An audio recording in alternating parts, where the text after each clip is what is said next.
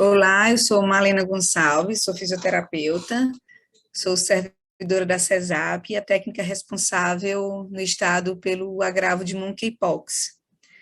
Eu vou falar aqui agora para vocês um pouco sobre o histórico do monkeypox no estado do Piauí e os dados epidemiológicos. Então, nós vamos começar um pouco falando sobre a parte histórica do monkeypox, quando se iniciou, as primeiras notificações de monkeypox aqui no estado do Piauí, e falar um pouco também sobre a questão do fluxograma no estado.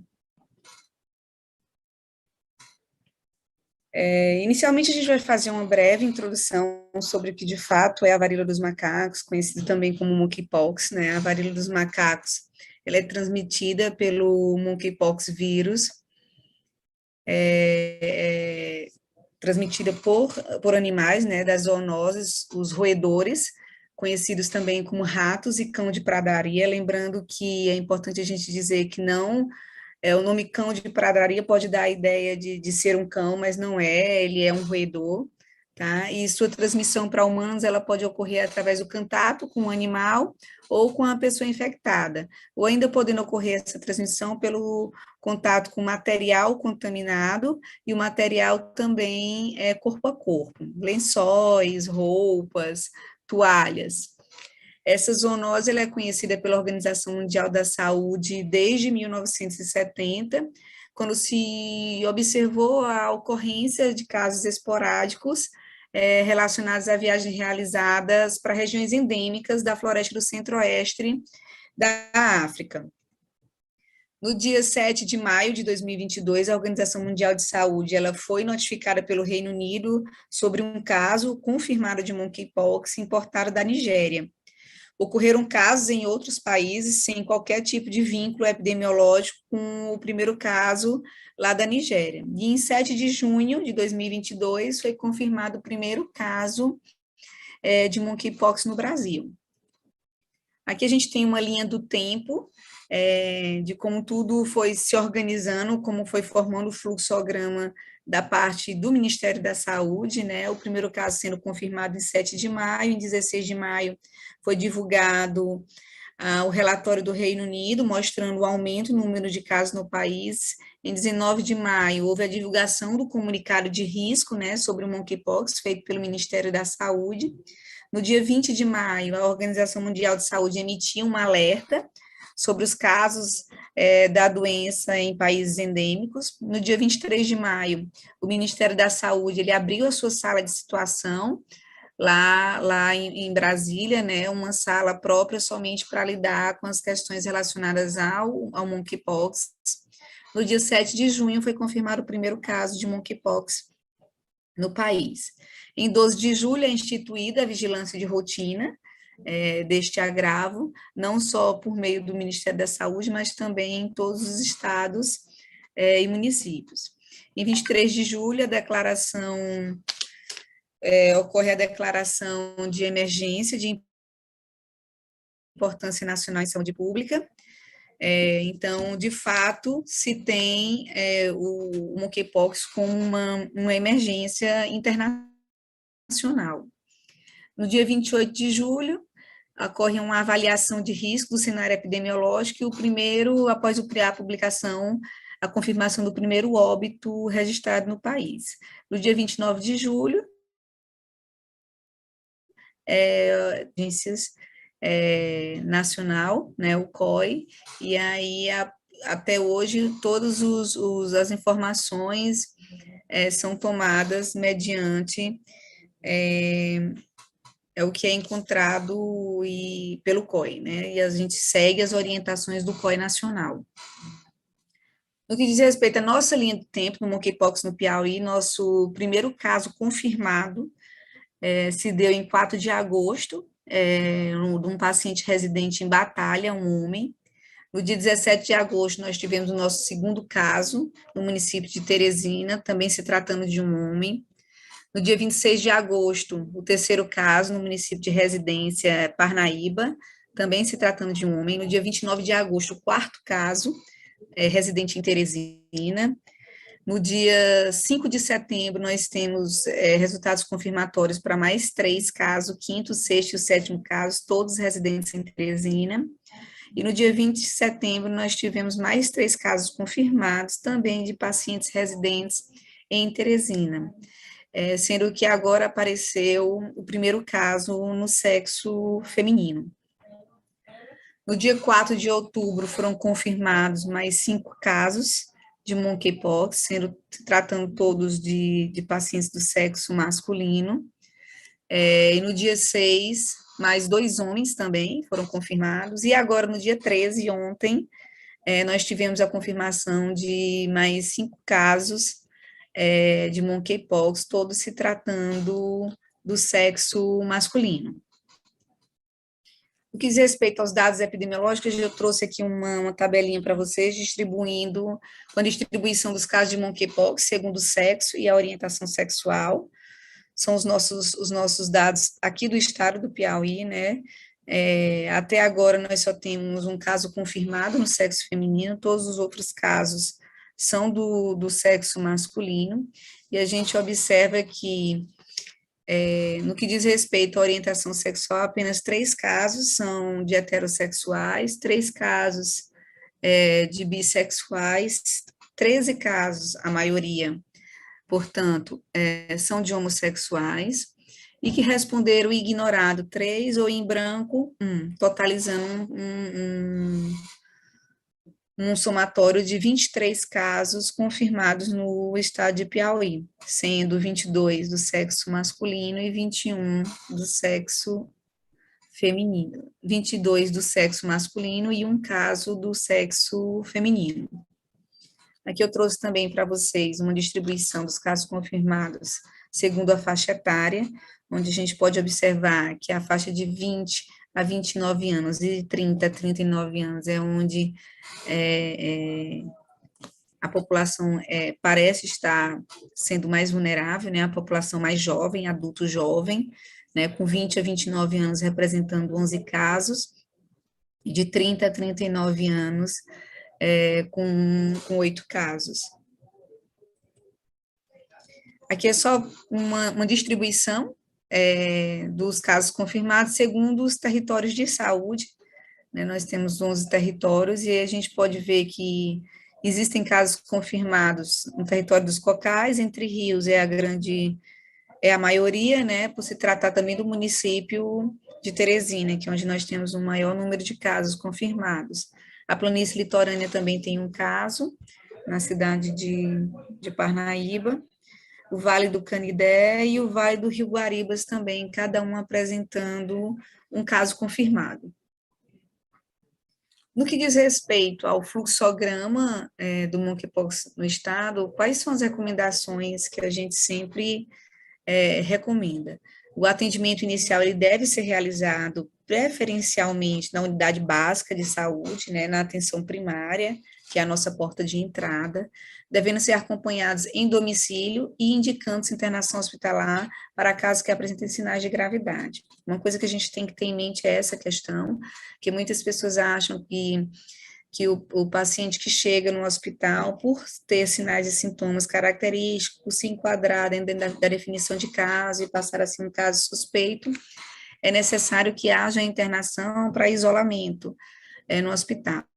O isolamento de pacientes suspeitos de monkeypox, ele deve ser feito em domicílio. A internação, ela só é preconizada nos casos graves da doença. Então, nada de você, o paciente chegou para você no hospital e você internar porque quer isolar o paciente. Não, isolamento de paciente com sintomas leves, eles devem ser feitos em domicílio. Lembrando que, se os contatos domiciliares não apresentarem nenhum sinal e nenhum sintoma que condizam com o monkeypox, os seus contatos domiciliares não precisam fazer isolamento, tá? Eles continuam podendo fazer suas atividades de vida diária, ir para o trabalho, ir para a escola, e aí a equipe responsável pelo monitoramento desse caso suspeito, que está em isolamento domiciliar, também vai ficar acompanhando os contatos domiciliares, né? Só caso algum dos contatos venham apresentar algum sinal e sintoma, aí é que vai ser feita a avaliação desse paciente e vai enquadrar ele dentro da definição de caso ou não, e ele vai passar a ser um caso suspeito. E a partir do momento que ele passa a ser um caso suspeito, aí sim ele tem que fazer o isolamento domiciliar, caso seja um paciente com sintomas leves. Nos casos de gravidade, o profissional deverá contactar o Complexo Estadual de Regulação para solicitar a internação e, logo que liberada a vaga, o mesmo deverá ser removido ao hospital, utilizando as medidas pertinentes de precauções no transporte. Grupos de risco, eles devem ser analisados caso a caso em relação à indicação de internação. Então, somente os casos graves e aqueles grupos de risco que, devido a médico conclua que é necessário mantê-lo internado, devido às suas necessidades clínicas. Aqui eu mostro para vocês sinais de gravidade, quais são os sinais de gravidade que você tem que ter em mente para pensar em deixar internado no hospital, né? Os sinais de gravidade ou de indicação para internação hospitalar são apresentar sem lesões cutâneas ou mais, apresentar quadros de insuficiência respiratória, sepse, confusão, linfadenopatia cervical com disfagia, desidratação ou pertencer a qualquer um desses grupos de risco. Imunossuprimidos, crianças menores de 8 anos e gestantes com meio de isolamento nos serviços de saúde ou internação, os municípios deverão seguir o fluxo habitual de internação e remoção.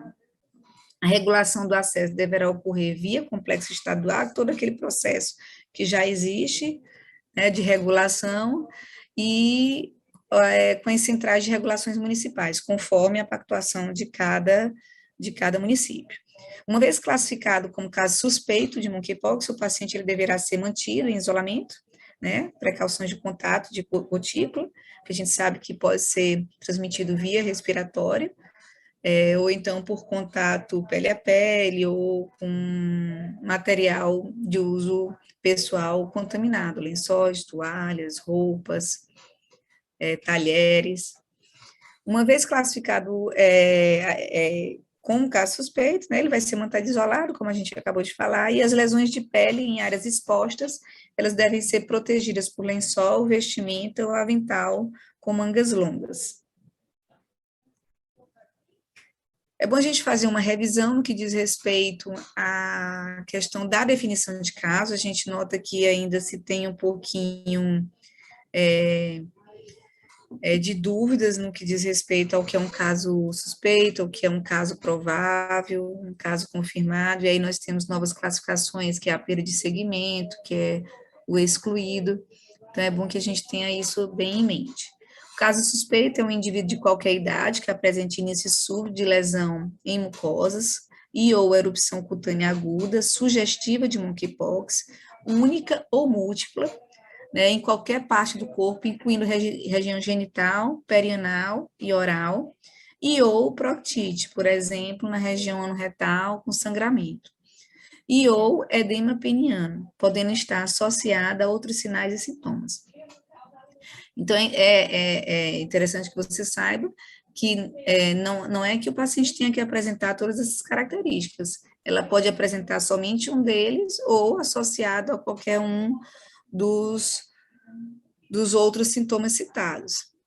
O que são as lesões? Elas são as lesões profundas, elas devem, a erupção cutânea aguda sugestiva, ela diz respeito a lesões profundas e bem circunscritas, muitas vezes com umbilicação central, e progressão da lesão através dos estados sequenciais específicos, que é de mácula, pápula, vesícula, pústula e crostas.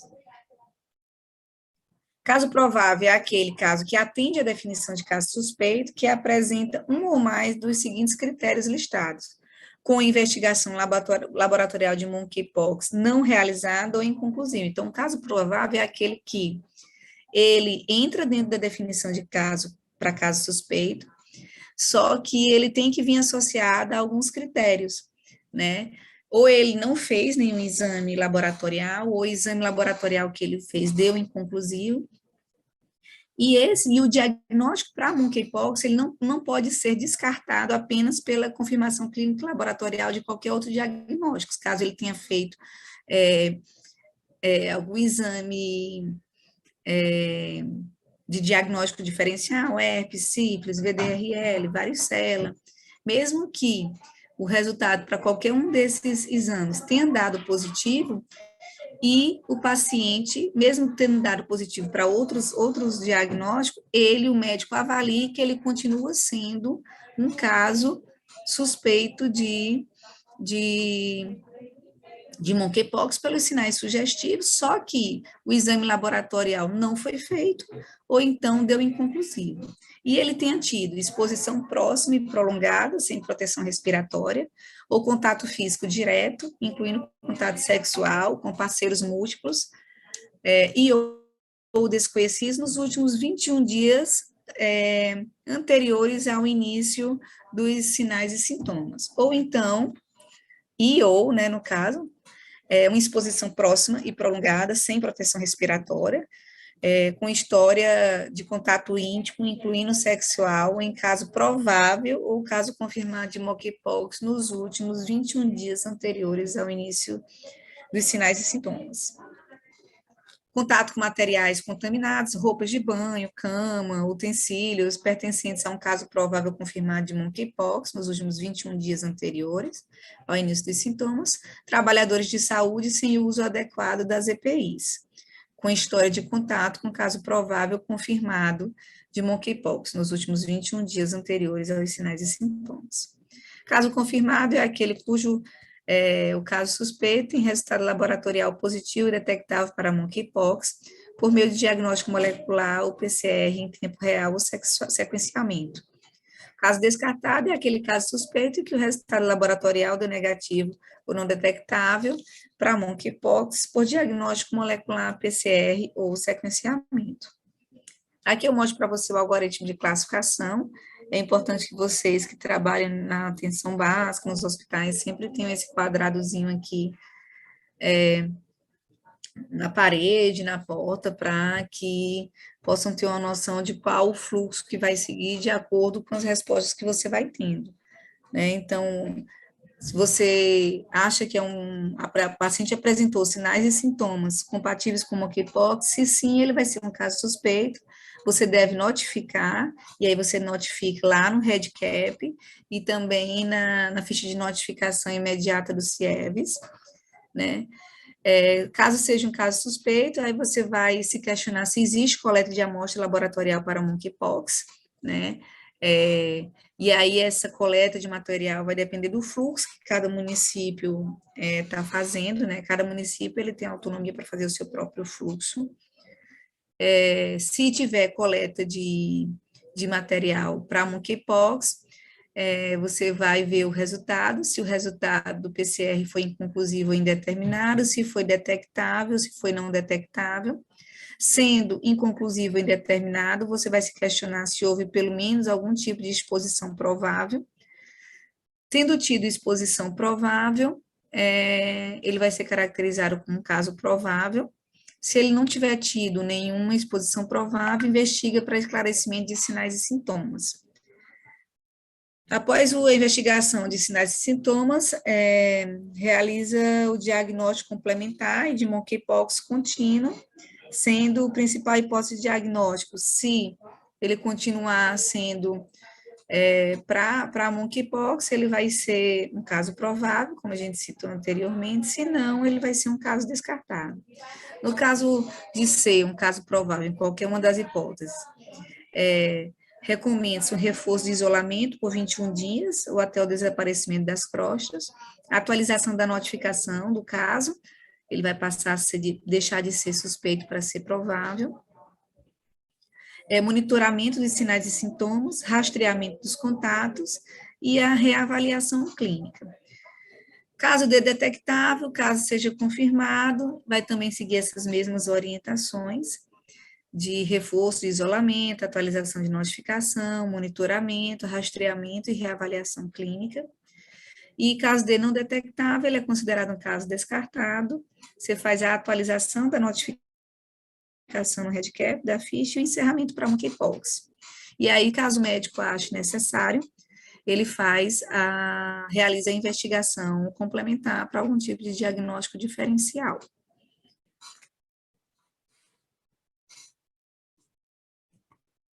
Aqui nós apresentamos o fluxo de atendimento dos casos suspeitos de monkeypox, né? Todo o atendimento de casos suspeitos de monkeypox, você deve isolar imediatamente o paciente durante o atendimento, para precauções de contatos e gotículas, solicitar os exames laboratoriais para envio LACEN. Em alguns hospitais, os hospitais de referência, o LACEN envia os kits previamente, assim, em torno de 5 kits, cada hospital de referência fica com 5 kits, mas cada município também tem o seu fluxo. Alguns fazem a coleta imediatamente, tendo o kit, e outros municípios, como por exemplo o município de Teresina, por ser um município maior, eles fazem um agendamento para uma data específica e para que se fosse fazer essa coleta. Para a confirmação diagnóstica, tem o material vesicular, o SWAB, são 2 amostras ou mais, ou a crosta de lesão, que é o raspado ou fragmento, 2 amostras ou mais dentro desses sítios distintos. Para diagnóstico diferencial, você pode fazer o sangue total contendo 10 ml do videofluxo laboratorial. É importante ressaltar que, atualmente, o diagnóstico diferencial ele só é pedido caso o médico que avaliou o paciente veja estrita necessidade de fazer um diagnóstico diferencial. Se não, só se faz o pedido para a coleta específica de monkeypox. Importante, durante a anamnese, identificar se houve vínculo epidemiológico, né? E deve-se ocorrer a notificação imediata do caso para a vigilância epidemiológica, preenchimento da nota da ficha de notificação no REDCap e na ficha imediata do CIEVES estadual. No que diz respeito aos critérios clínicos de gravidade, né, a gente já falou, confusão, sepse, mais desidratação. Se o paciente não apresenta sinais de gravidade e não pertence a nenhum grupo de risco, o tratamento vai ser sintomático, isolamento domiciliar, desaparecimento das crostas e acompanhados pelas equipes de APS. Caso apresente sinais de gravidade, pertencer a um grupo de risco, considerar o isolamento em estabelecimento de referência, hospitalar ou não, de acordo com a compactação do território. O monitoramento dos contatos deve ser feito a cada 24 horas para o aparecimento de sinais e sintomas de monkeypox, até que haja uma nova reavaliação do caso suspeito, com a aferição de temperatura 2 vezes ao dia, realizada pelo paciente ou por o familiar ou pelo próprio, pela equipe que possa estar indo fazer alguma visita presencial. Mas necessariamente quem faz essa coleta essa medida de temperatura 2 vezes ao dia é o próprio paciente ou um familiar, e aí comunica ao APS. Mas você pode fazer também um acompanhamento ativo, né, e o profissional de saúde pode, dependendo da disponibilidade, estar fazendo esse acompanhamento de forma ativa, presencial, por meio de visitas. Não há necessidade de isolamento dos contatos assintomáticos. Caso o paciente apresente gravidade de internação, considerar a internação em hospital de referência de acordo com a pactuação do território. Tá? A alta hospitalar, na alta hospitalar, o transferência o responsável dos cuidados, o isolamento domiciliar deve se realizar até o desaparecimento das crostas, acompanhados pelas equipes da atenção, né? Não há necessidade de isolamento dos contatos assintomáticos. Quanto à coleta, o fluxo de coleta do envio das amostras, faz-se a coleta do material vesicular, caso esse paciente apresente vesícula, né, lesão de vesícula, num tubo seco, com até 3 swabs, lembrando que o kit necessariamente tem que ser o kit enviado pelo LACEN, você não pode usar um kit próprio do seu estabelecimento, o LACEN ele não aceita se não for o kit que eles enviam ou que o município vai buscar lá no LACEN. O LACEN ele envia para os hospitais de referência, mas os municípios que precisem vir buscar, precisem de novos kits, têm que vir buscar aqui no LACEN, e necessariamente Quando vier deixar, tem que ser o kit do LACEN. A crosta de lesão, um tubo seco também, lesões apenas de mucosas, no caso de pacientes, ele só é feito no caso de pacientes com contato, que tiveram contato com um caso confirmado e que não apresentem sinais e sintomas, então ele é feito na região oral e na região perianal. E o sangue total somente em caso que o médico julgar necessário fazer um diagnóstico diferencial. A coleta para diagnóstico diferencial, ela não está sendo mais fazendo parte do fluxo normal, né? O fluxo normal é fazer a coleta para monkeypox, mas caso o médico julgue necessário, devido a uma avaliação criteriosa, ele achou essa necessidade, ele pode fazer esse pedido de sangue total para diagnóstico diferencial. Faz-se a solicitação de exame via sistema GAL, né, para monkeypox, e envia junto com a amostra que foi coletada, tem que necessariamente enviar a ficha do REDCap para o LACEN, né, você preenche a ficha de notificação do monkeypox no REDCap, você vai imprimir essa ficha e enviar junto com a amostra. E necessariamente tem que ter sido feito a solicitação do exame via GAL, via sistema gerenciador de ambiente laboratorial. O LACEN Piauí fornecerá o kit para coleta, composto por 5 tubos e 4 swabs de raio. Enviar as amostras ao LACEN Piauí devidamente identificadas, não pode esquecer disso, porque senão o LACEN também não recebe, então você tem que botar o nome do paciente completo, não são as iniciais, é o nome completo do paciente, com a data de nascimento e com o tipo de exame que está sendo solicitado, tá? Acontece muito dos municípios botar só MGA, por exemplo, de Malena Gonçalves Almeida, e o LACEN não recebe, só tem que ter o nome completo do paciente, a data de nascimento, data da coleta, e o tipo de exame daquela amostra que vai ser pedida. Lembrar sempre de, juntamente, enviar a solicitação dos exames do GAL, a ficha de notificação de investigação de monkeypox no REDCap. Então, ele não recebe se você também não tiver anexado junto com a amostra essas duas solicitações. Aqui é o fluxo de reavaliação do paciente, né? O paciente passa por uma reavaliação clínica, né? Após os resultados dos exames laboratoriais. Caso o resultado tenha dado inconclusivo para monkeypox, ou a amostra tenha sido inadequada, sem possibilidade de nova coleta, ou caso o exame para monkeypox não tenha sido realizado e sem ter possibilidade de coleta, após essa reavaliação, se a principal hipótese continuar sendo monkeypox, né, você vai classificar ele como um caso provável de monkeypox, se não, vai ser um caso descartado de monkeypox. Lembrando que, atualmente, essa classificação, se o paciente, ele deu resultado inconclusivo ou indeterminado, fez o exame e o resultado foi inconclusivo ou indeterminado, já se passaram mais de 30 dias do início de sintomas desse paciente, após reavaliação, ele continua sendo um paciente para diagnóstico de monkeypox, a classificação dele agora vai ser uma perda de segmento. Por quê? Porque o resultado laboratorial dele deu inconclusivo, indeterminado, e não se tem mais possibilidade de se fazer nova coleta. Após 30 dias, não se pode mais fazer essa coleta, porque você não vai ter resultados fidedignos. Então, se após 30 dias o início dos sintomas e te tiver dado um resultado indeterminado ou inconclusivo, o paciente ele passa a ser classificado como perda de segmento.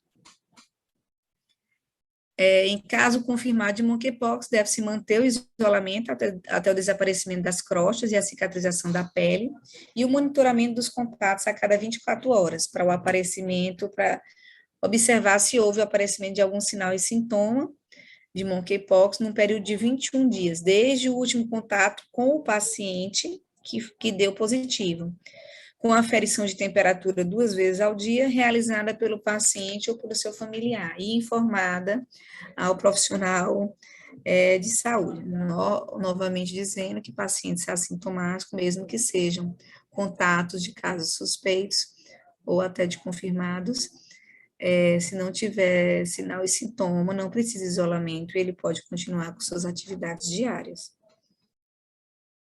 As notificações de casos suspeitos, né, devem respeitar a hierarquia do SUS, que define que a vigilância epidemiológica do município e do estado devem ser informadas imediatamente.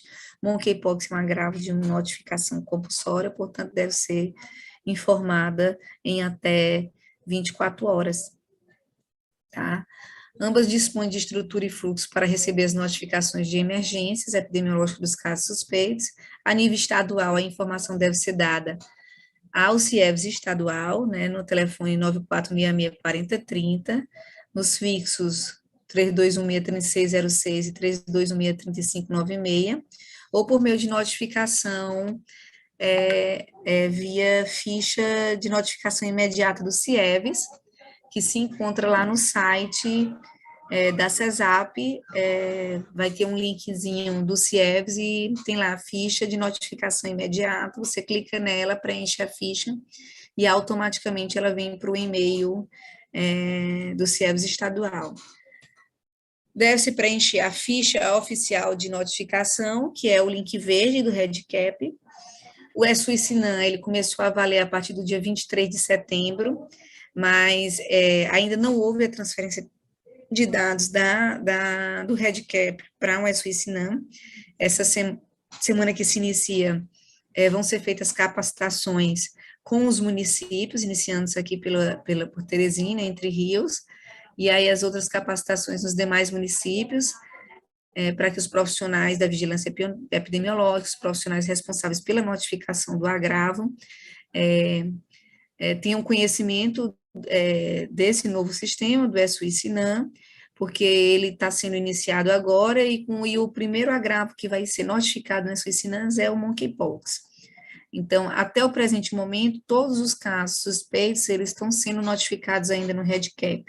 Após capacitação de todos os municípios, oficialmente se passa a utilizar o SUS-SINAM. Aqueles profissionais que já têm liberação de acesso para o SUS-SINAM, eles podem já estar fazendo as notificações dos casos suspeitos via SUS-SINAM. Mas é sabido que a grande maioria, acho que 99%, dos municípios e dos profissionais ainda não tiveram esse acesso liberado, vão ser liberados mais após as capacitações que vão se iniciar na semana que vem. E a notificação que eu citei lá da notificação imediata do CIEVS, no site da CESAP. Muitíssimo obrigada, esses são os meus contatos para qualquer dúvida a respeito do agravo Monkeypox e de informações sobre esse agravo no estado do Piauí. Muitíssimo obrigada.